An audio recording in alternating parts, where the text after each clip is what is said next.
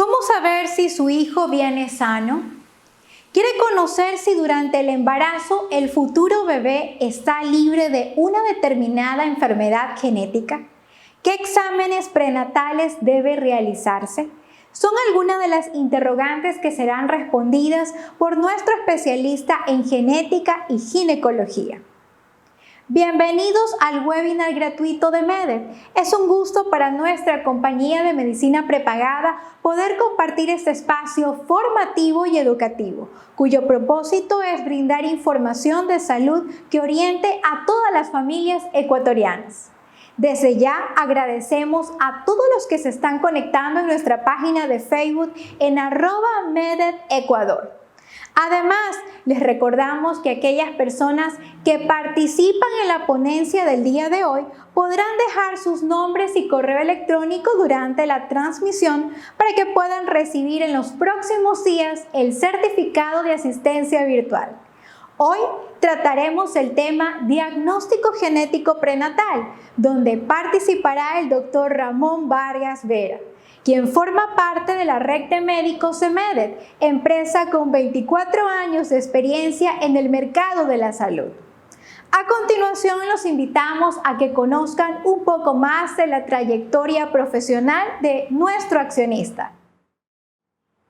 Especialista en genética médica en el Centro Genética de Buenos Aires. También tiene una especialización en ginecología y obstetricia en la Universidad de Buenos Aires. Posee un doctorado en salud pública con mención en estudios genéticos en Atlantic International University. Es máster en diseño curricular de la Universidad de Guayaquil. Tiene un posgrado en ecografía perinatal en la Escuela Municipal de Ecografía de Buenos Aires. Fue catedrático de la Universidad Católica de Santiago de Guayaquil, Universidad de Chimborazo, Universidad de Buenos Aires y Universidad de San Martín. Actualmente es docente de genética y ginecología de la Universidad de Guayaquil. Ha participado en congresos, seminarios, charlas y artículos científicos a nivel nacional e internacional. Es director del Centro de Estudios Genéticos y Perinatales. Forma parte del staff médico de Interhospital y Omni Hospital. Es accionista y prestador de MEDEC. La Organización Mundial de la Salud recomienda mejorar la atención prenatal con el propósito de reducir la mortalidad maternal y prenatal en todo el mundo, para garantizar que las embarazadas tengan una experiencia positiva de la maternidad. Y para esto es importante conocer cuáles son los antecedentes de familiares con enfermedades hereditarias o genéticas, donde se puede realizar la detención de anomalías cromosómicas antes del nacimiento. Y para saber con mayor profundidad sobre este tema, les contamos que en estos momentos ya se encuentra preparado el doctor Ramón Vargas Vera, especialista en genética y ginecología. Bienvenido, doctor. Ok, gracias Cintia y gracias a MEDEC por haberme invitado a esta entrevista y este curso científico que está basado sobre la genética en el embarazo. En otras palabras, el diagnóstico genético prenatal. Ok, el diagnóstico genético prenatal no es otra cosa más que hacer o ver la salud del feto desde el punto de vista genético. Cada vez que la paciente embarazada va al ginecólogo, va a ver cómo está ella, cómo está su situación para seguir con su embarazo. Cuando hablamos de diagnóstico genético prenatal, estamos enfocados específicamente en ver cómo está el bebé desde el punto de vista genético. Para esto, tenemos que cumplir ciertas indicaciones o ciertos objetivos. Primeramente, ¿qué buscamos con el diagnóstico genético prenatal? Primeramente, tenemos que tener un asesoramiento adecuado.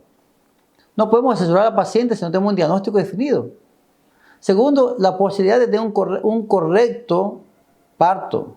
Porque no es lo mismo tener un parto de un niño normal que de un niño que tiene un problema metabólico o de una anomalía cromosómica.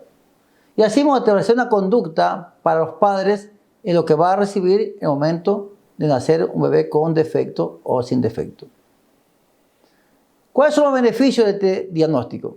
Primeramente, despeja las preocupaciones a los padres, a los médicos, más que todo. Ayuda al manejo obstétrico adecuado. Permite intervenciones prenatales adecuadas. Evita intervenciones obstétricas innecesarias. Y permite a la pareja prepararse ante el nacimiento de un bebé con un defecto genético.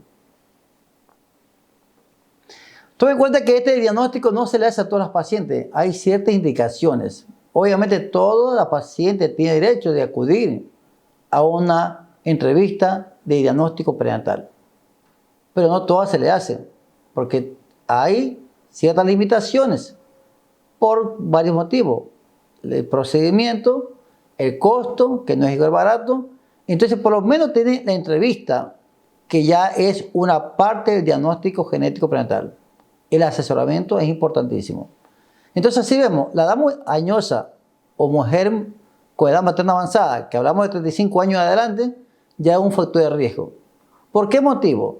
Si nosotros vemos las anomalías cromosómicas numéricas, hablamos de síndrome de Down, hepatado, el Ewart, vemos que la prevalencia es muy baja en mujeres más jóvenes. Pero a partir de los 35 años la incidencia se va presentando en mayor porcentaje. Así vemos una comparación, una mujer de 18 años, la prevalencia de un síndrome de Down es de 1 en 2000 embarazos. Una mujer de 40 años, el riesgo es de 1 en 100. Entonces, ese dato estadístico hace que tengamos como un factor de riesgo la edad materna avanzada. Así mismo tenemos un hijo previo con una anomalía cromosómica. Si vemos que la mujer ya tuvo un niño con síndrome de Down o tiene un síndrome hepatado, la posibilidad que se repita en un nuevo embarazo ya se duplica. Si el riesgo era de 1 en 1200, se aumenta a 1 en 100. Si tiene un riesgo de 1 en 1000, ya la mujer cambió el riesgo de 1 en 100. Por ese motivo, una indicación sería cuando tiene un hijo previo con anomalía cromosómica. Así mismo, parejas que son portadoras de anomalía cromosómica. Nadie sabe si yo tengo una anomalía cromosómica balanceada, porque desbalanceada no estaría aquí con ustedes. Pero si tengo una anomalía cromosómica balanceada, quiere decir que tengo una inversión cromosómica, una translocación cromosómica, que genéticamente son normales, pero mis cromosomas están invertidos o están translocados. En el momento que yo tengo un bebé, ese bebé va a salir con desbalance.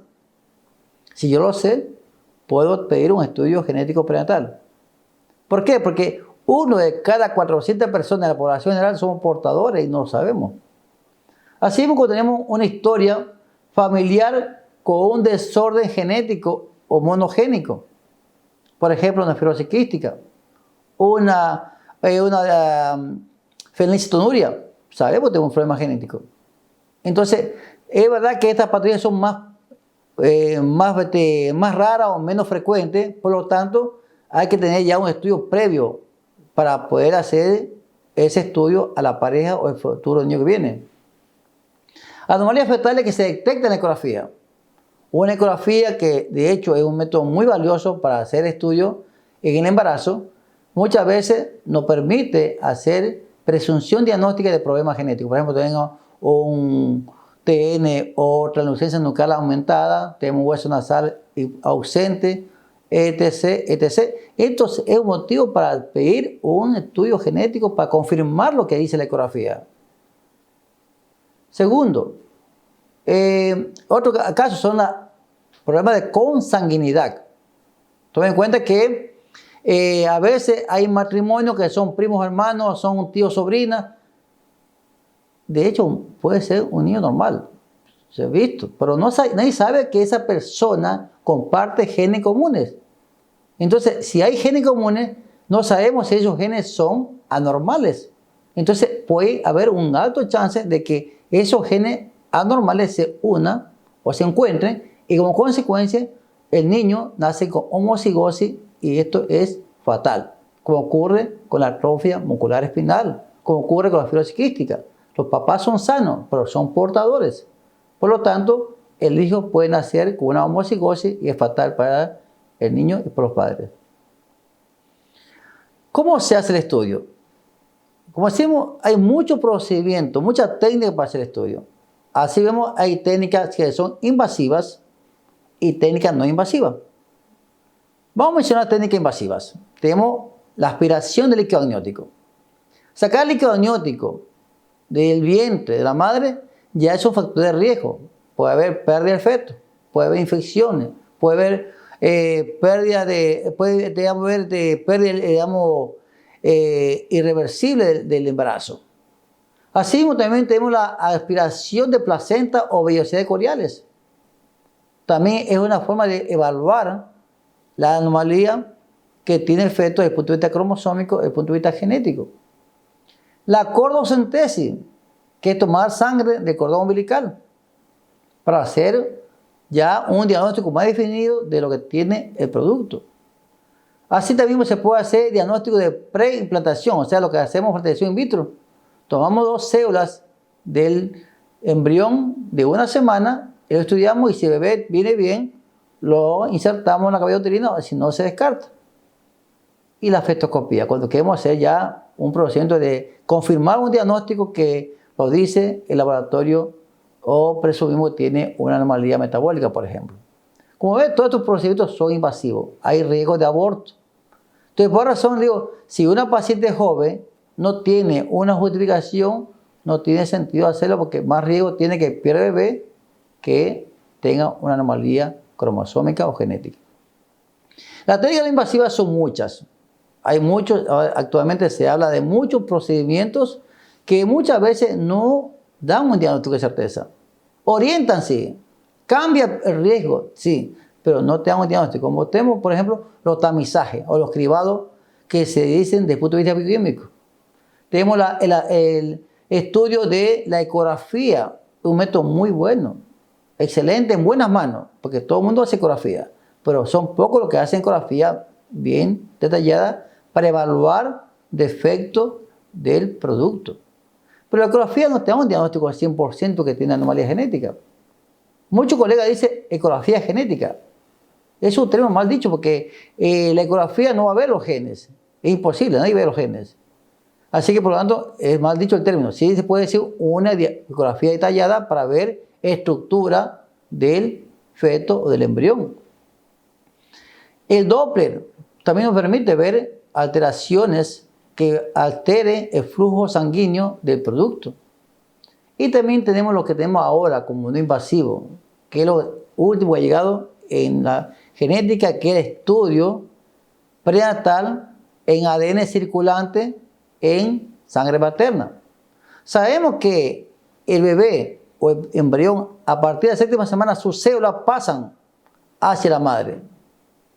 Su ADN libre pasa hacia la madre. Y puede tranquilamente tomar de sangre de la madre, aislar el ADN libre y hacer un estudio. Entonces los estudios van de acuerdo a lo que el médico geneticista pida. Porque es fácil pedir un estudio. Fue difícil interpretarlo.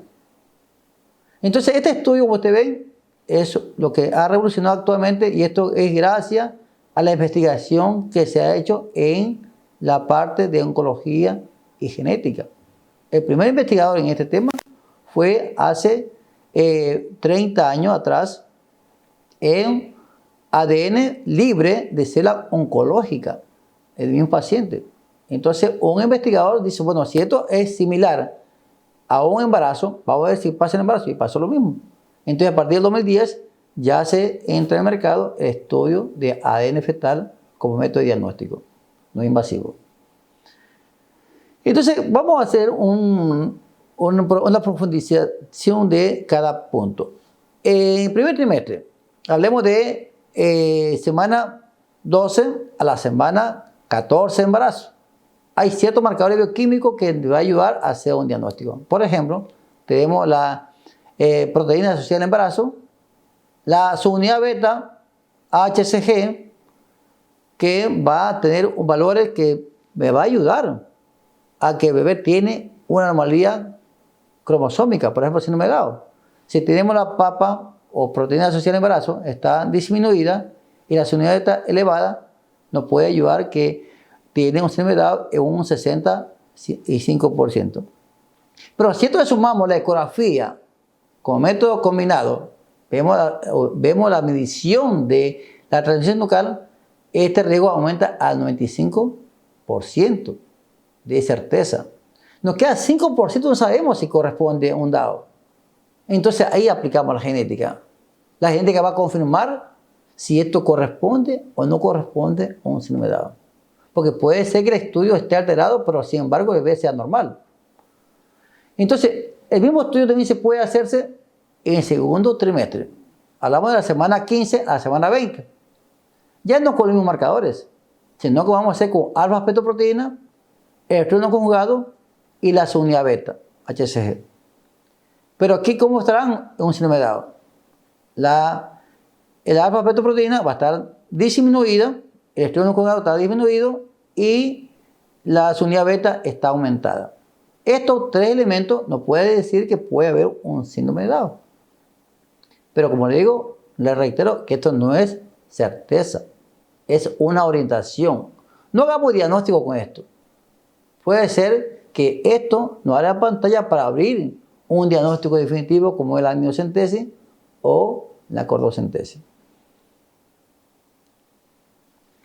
Entonces, esto ha ayudado mucho actualmente como método de diagnóstico.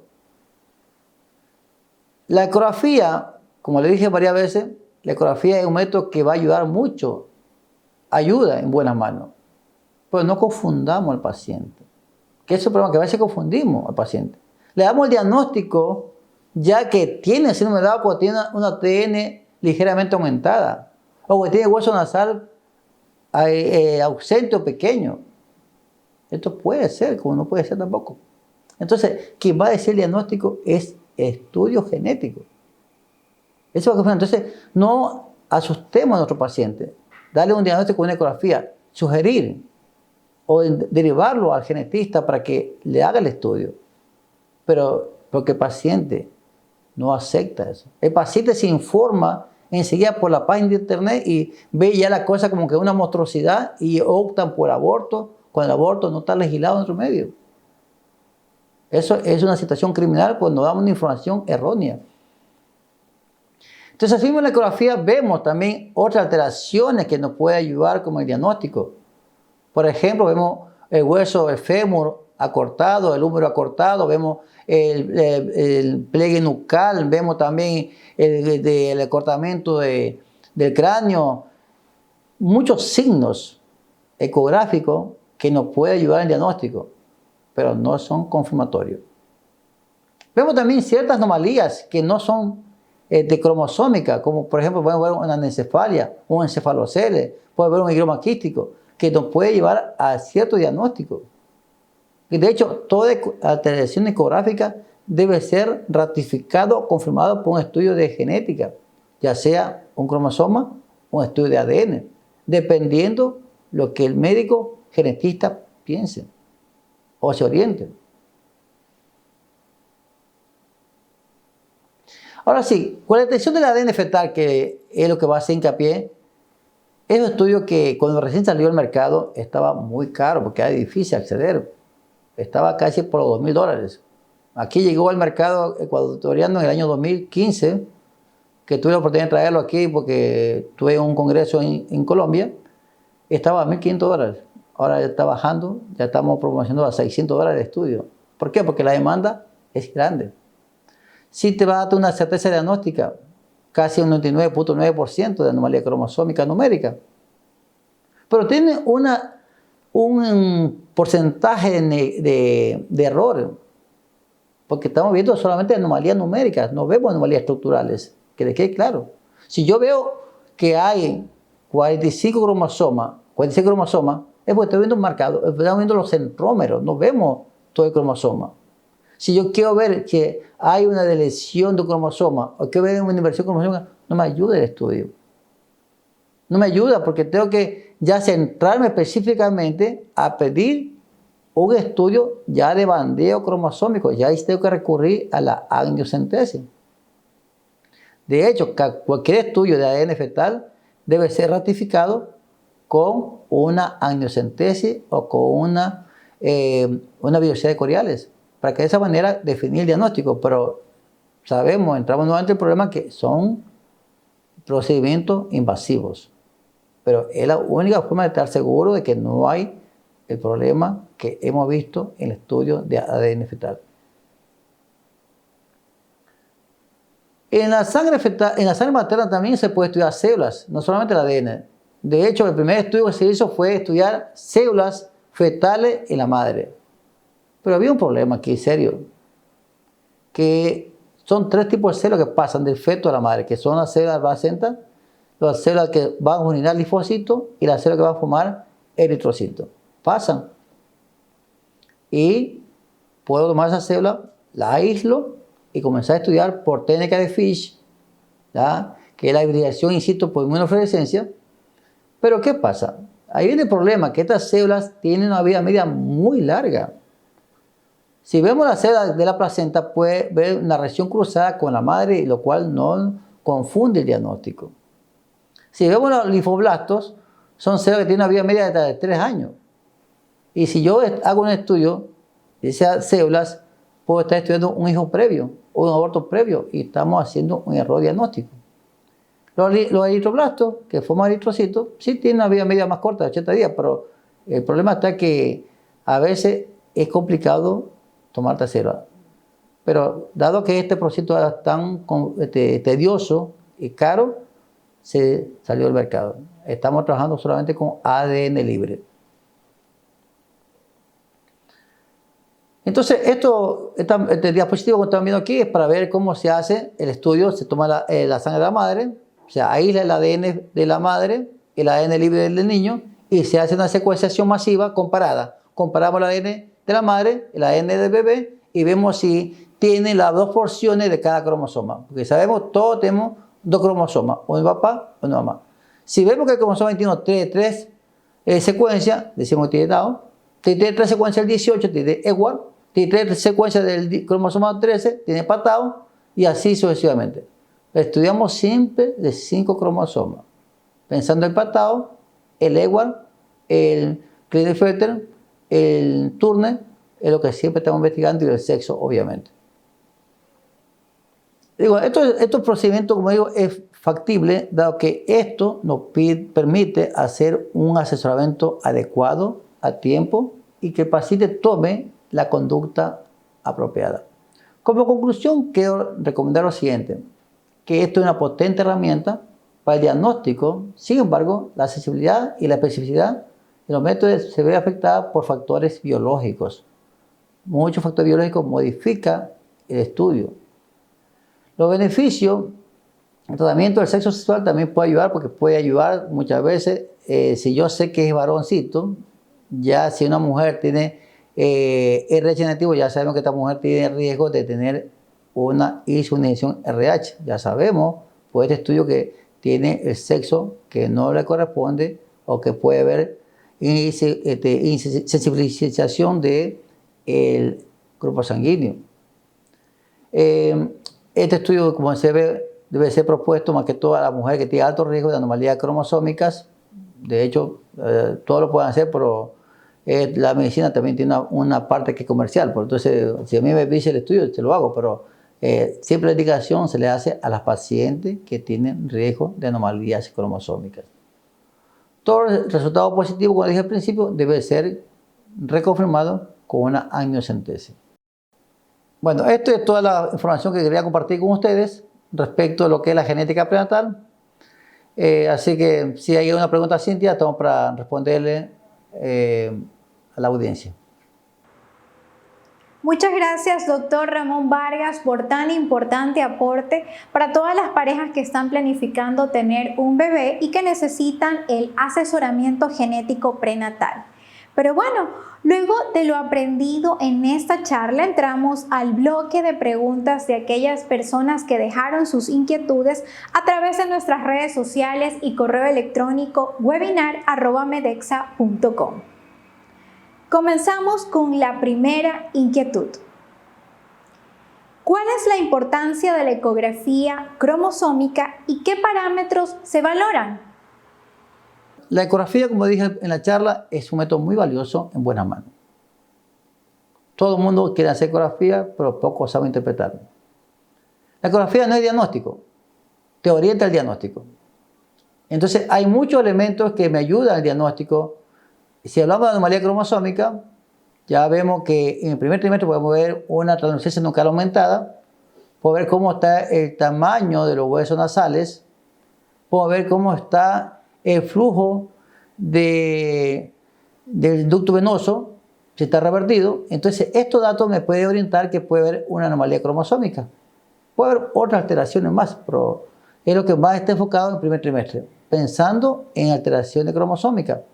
Pero así podemos ver también anomalías malformativas. Podemos ver si hay una anencefalia, si hay un encefalocele, si hay un pie en mecedora. Hay muchas cosas que el ecografista puede evaluar. Ahora nos preguntan, ¿cuáles son las malformaciones congénitas más frecuentes que se detectan en el embarazo y por qué se producen? Bueno, anomalías cromosómicas, anomalías que se detectan en el embarazo son múltiples. Siempre está enfocado, o el temor de la población es la anomalía cromosómica, que de hecho es la más frecuente del síndrome de Down, que ocupa 1 en 700 nacidos vivos. Entonces, eso es una patología que afecta a la sociedad, afecta a la economía, afecta a todo el mundo, porque nadie quiere de un niño Down. Entonces, es la preocupación más grande. Pero de hecho, hay muchas patologías en nuestros medios, dado a nuestro ambiente que está totalmente alterado, como son las anencefalias. Tú cuentas que 1 de cada 1000 nacimientos hay una anencefalia. Y sin embargo, no damos casi importancia al medio ambiente. Y eso no es causa cromosómica, es causa de la genética más el ambiente. Y así, la fibrosis quística, una enfermedad que es muy frecuente en nuestros medios. Somos derivados o somos, que hemos sido originarios de España, y hay una población que tenemos casi todos somos portadores de fibrosis quística, 1 de cada 25 personas somos portadores. Entonces, pues nadie piensa en eso, porque la enfermedad aparece recién, o la vemos recién cuando está el niño nacido. No la podemos detectar siempre y cuando tengamos un patrón ya de una persona afectada. Podemos hacer un estudio prenatal de fibrosis quística, pero son las enfermedades más frecuentes del síndrome de Down en estos momentos. Desde la ciudad de Manta nos consultan lo siguiente: ¿es posible diagnosticar atrofia muscular espinal, AME, y qué tipo de exámenes se debe realizar al paciente? Bueno, el estudio de AME o atrofia muscular espinal, la más frecuente o el tipo 1, el más grave, el Wernicke-Hoffmann. Esta patología es recesiva. Obviamente que tenemos que tener como antecedente que tiene que ver familias que sean portadoras, más que todo matrimonios que sean consanguíneos, ya un dato importante. Pero para hacer un estudio genético prenatal, tenemos que tener un patrón. ¿Qué quiere decir? Que haya un niño afectado previamente. Porque nadie va a estar, no va a haber papá afectado, va a haber un niño afectado. ¿Ya? Y si yo sé que los padres son portadores, podría hacer un estudio genético en el embarazo. El estudio se puede hacer. Hay paneles, que estamos haciendo paneles para investigar el gen de la atrofia muscular espinal tipo 1 o tipo 2, y bueno, determinamos si el niño viene afectado o no viene afectado. Estamos haciendo estudios portadores y buscamos el doble gen o la doble dosis en el producto mediante técnica de ADN en el líquido amniótico.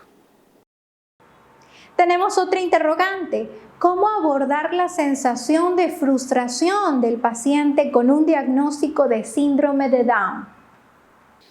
Lo que más nos preocupa a nosotros es la situación, el impacto emocional que tiene la pareja. Saber que su hijo, decirle, tiene síndrome de Down.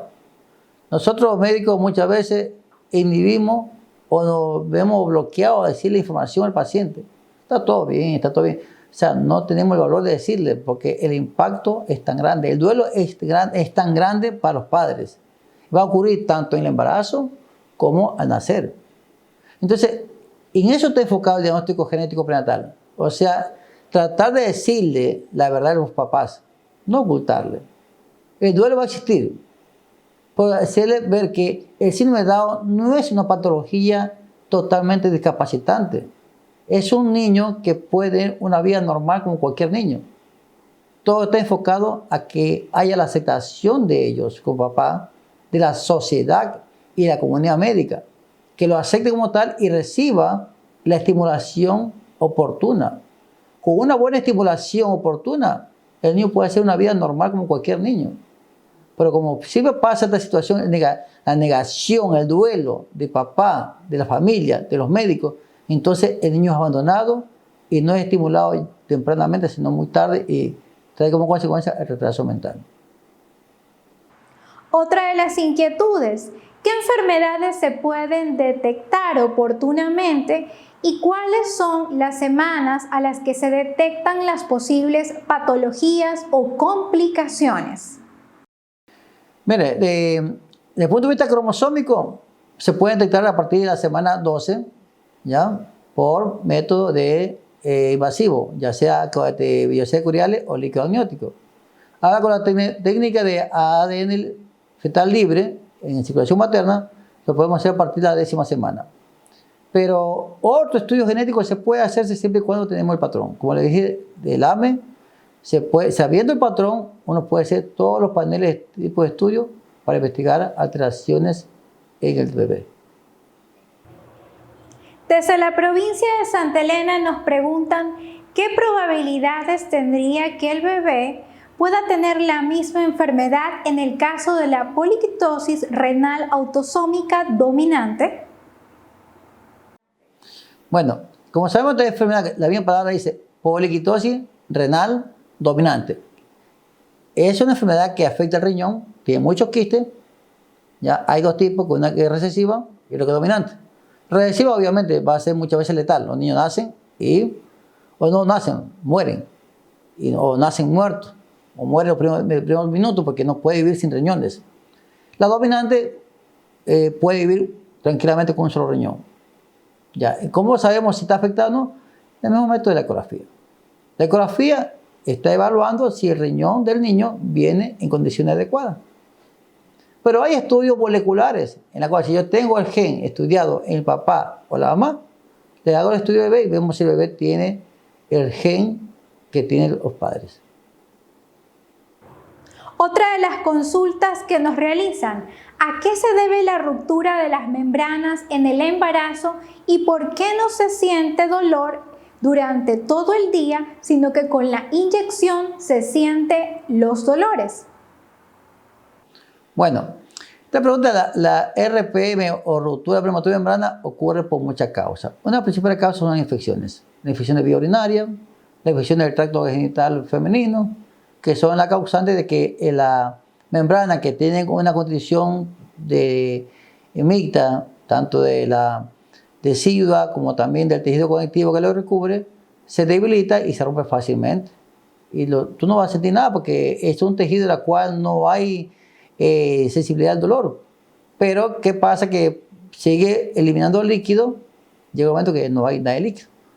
Ahora, dice que hay dolor cuando, la verdad, que tú tienes que recurrir al médico para que evite. Entonces el médico va a poner, obviamente, antibióticos para evitar la infección, va a poner analgésicos.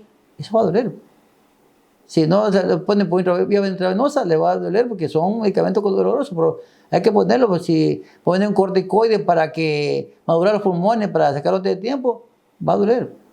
Le duele porque justamente es un medicamento que va a ponerse en la vía intramuscular. Pero el líquido como tal no duele.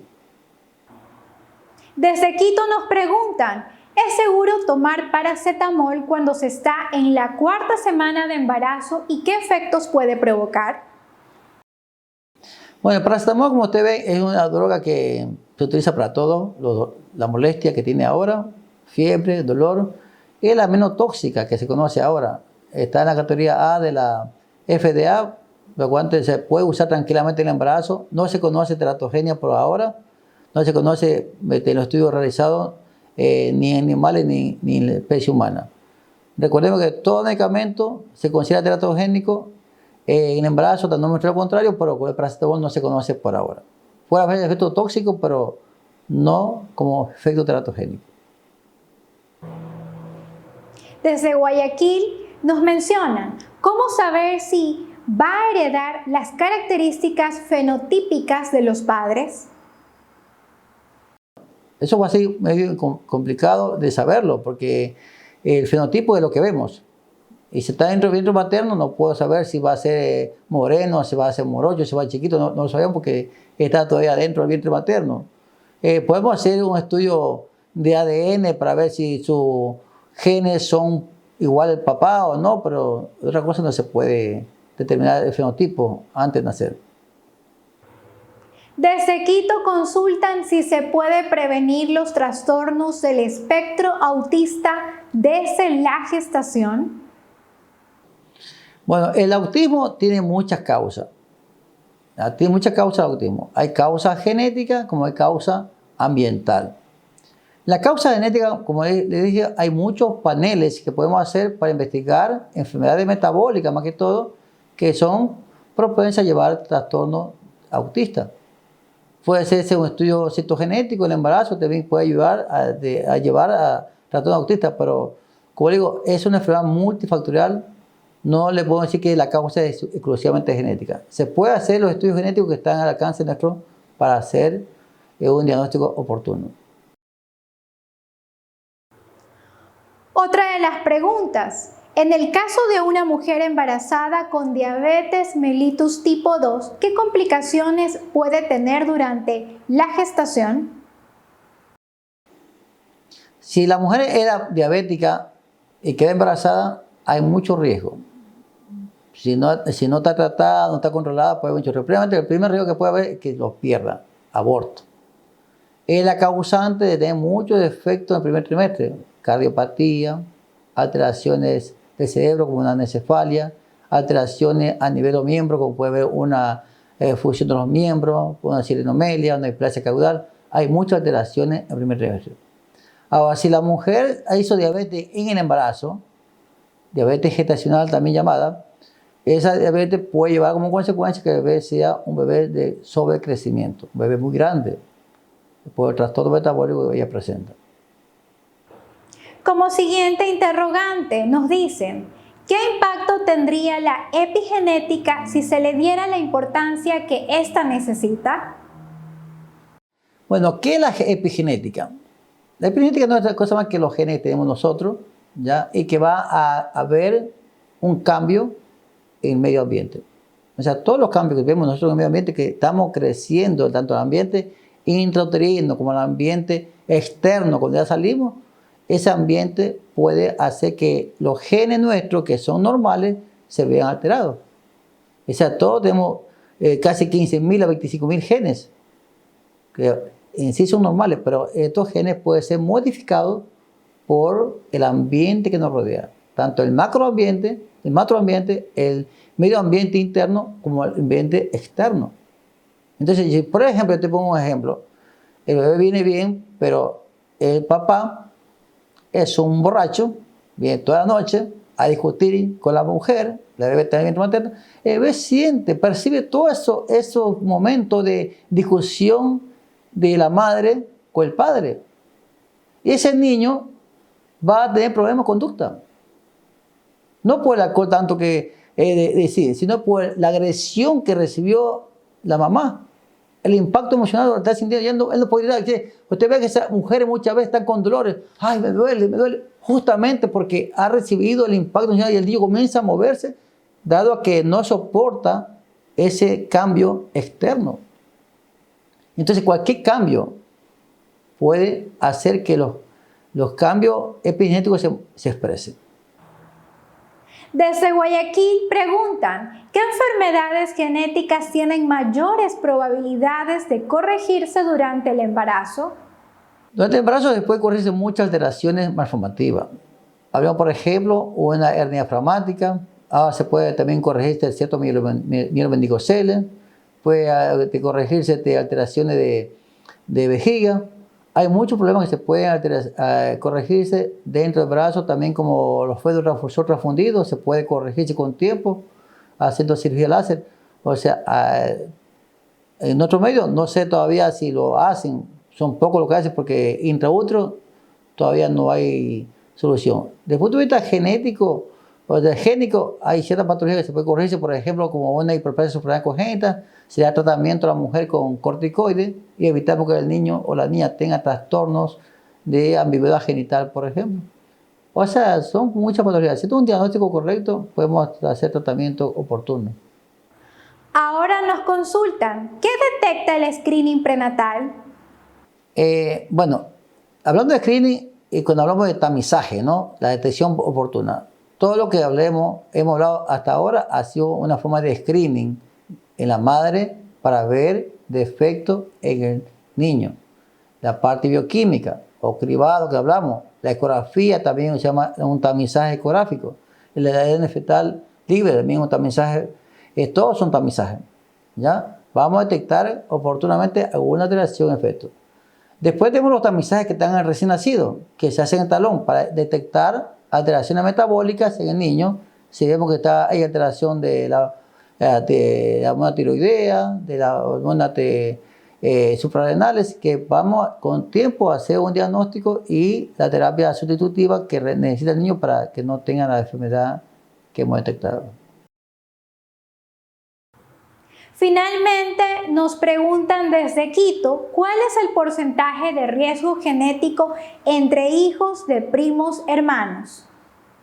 Como les dije en la charla, los primos hermanos comparten casi 1 en 16 los genes. ¿Ya? O sea, tomen en cuenta, son genes que comparten. O sea, si yo vemos que compartimos esos genes, así esos genes están normales, no lo sé. Si están normales, bueno, no pasa nada, pero que el potencial de que haya un riesgo en el niño es alto. Entonces, si yo comparto, por ejemplo, si Cintia con el señor fotógrafo son pareja, son primos hermanos y tienen un bebé, yo comparto, hago un cálculo estadístico. Hago 1 en 16 por 1/2, hago de 1/8 de que el niño tenga una homocigosis. Si ese niño va a ser afectado o no, yo entonces tengo que multiplicarlo por el gen que voy a estudiar. Por ejemplo, hablamos de fibrosis quística. Dice, tiene 1/25 la posibilidad de que se comparta genes. 1/8 por 1/25. Ese valor me sale que el niño potencialmente puede ser afectado. O sea, 1/8 por 1/25 nos sale ese resultado que puede ser afectado. O sea, la posibilidad de ser afectado depende del riesgo de la población de la patología en estudio. Bueno, Cintia, agradezco mucho la invitación que me han hecho. Y lo único que quiero recomendarle a la población en general, que por favor, antes de buscar un producto, un embarazo, asesórese. Busque una atención preconcepcional para que evalúe todos los riesgos que puede existir en el futuro embarazo. Hay muchos riesgos. No solamente vemos los riesgos desde el punto de vista infeccioso, desde el punto de vista de enfermedades oncológicas. Pensemos también los riesgos de enfermedades hereditarias que muchas veces no sabemos. No sabemos porque muchas veces el genetista sabe cómo evaluar si son consanguíneos o no son consanguíneos, si tienen una enfermedad que son recesiva o dominante, o si tiene anomalía cromosómica o no la tiene. No lo sabemos mientras no tenga un buen asesoramiento genético. Dentro de la selección preconcepcional, el ginecólogo debe derivar a la paciente a una atención de genética preconcepcional para que eso le asesore y evitar los duros problemas que nos pasa. Detectar un defecto congénito es duro para la familia. Tal vez cuando no tenemos no nos pasa nada, nos reímos de la vida, pero que pasa con ese problema es durísimo. Tengo pacientes que toda la familia está afectada, un hijo, segundo hijo, tercer hijo, es duro que no le puede dar una oportunidad a un hijo. Así he visto muchos ginecólogos, colegas que dicen, yo no tengo más hijos, señor, lígate. Entonces recuerda que el derecho de la procreación es derecho universal y todos tenemos derecho a ser papá y mamá. No le puedo castrar psicológicamente a la pareja. Entonces ahí estamos nosotros para orientarlo y guiarlo. Que siempre hay la posibilidad. Si no se puede con sus genes, bueno, recurrimos a la fertilización in vitro con gameta donada. Pero siempre darle el derecho de ser padres. Entonces, insisto, la atención preconcepcional desde el punto de vista genético es importante. Así que de parte mía, quedo para servirle. Estoy en Interhospital para darle su atención cuando se ofrezca. Ahí está mi teléfono en contacto, mi correo electrónico, para que cualquier información que necesite al respecto, estamos para servirle. Muchas gracias, doctor Ramón Vargas. También agradecemos a todas las personas que constantemente se conectan a nuestro Facebook Live de MEDET. Y hoy cumplimos realizando el sorteo para aquellos que fielmente nos acompañaron en el mes de julio en las transmisiones. Son 5 los que obtendrán un detalle especial por parte de nuestra empresa MEDET. Iniciamos el sorteo.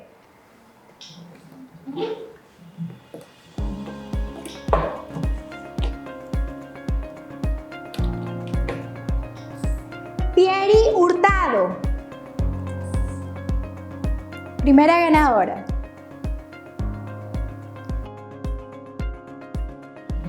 Vamos con el segundo ganador. Aquellos que han estado durante la transmisión de Facebook de MEDET y que han podido participar. Norma Soledad Laica, segunda ganadora. Vamos a contactarnos con cada uno de ellos. Vamos por el tercer premio.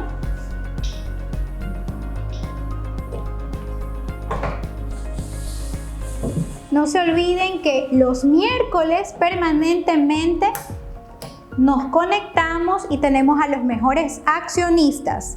Tercer premio es para Catherine Estefanía Magikinga.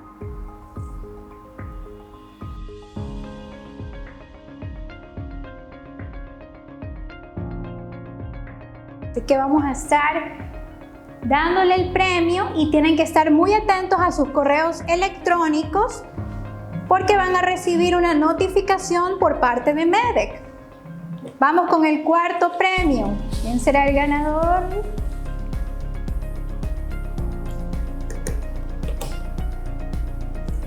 Carmen Torres Cadena, cuarta ganadora.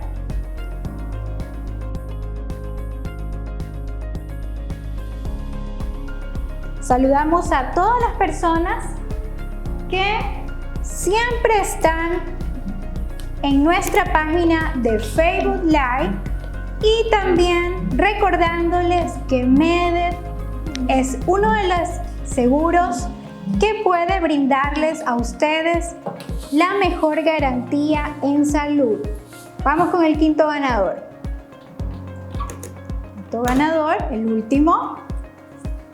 Licenciado Alexis Leonardo Zúñiga Ceballos.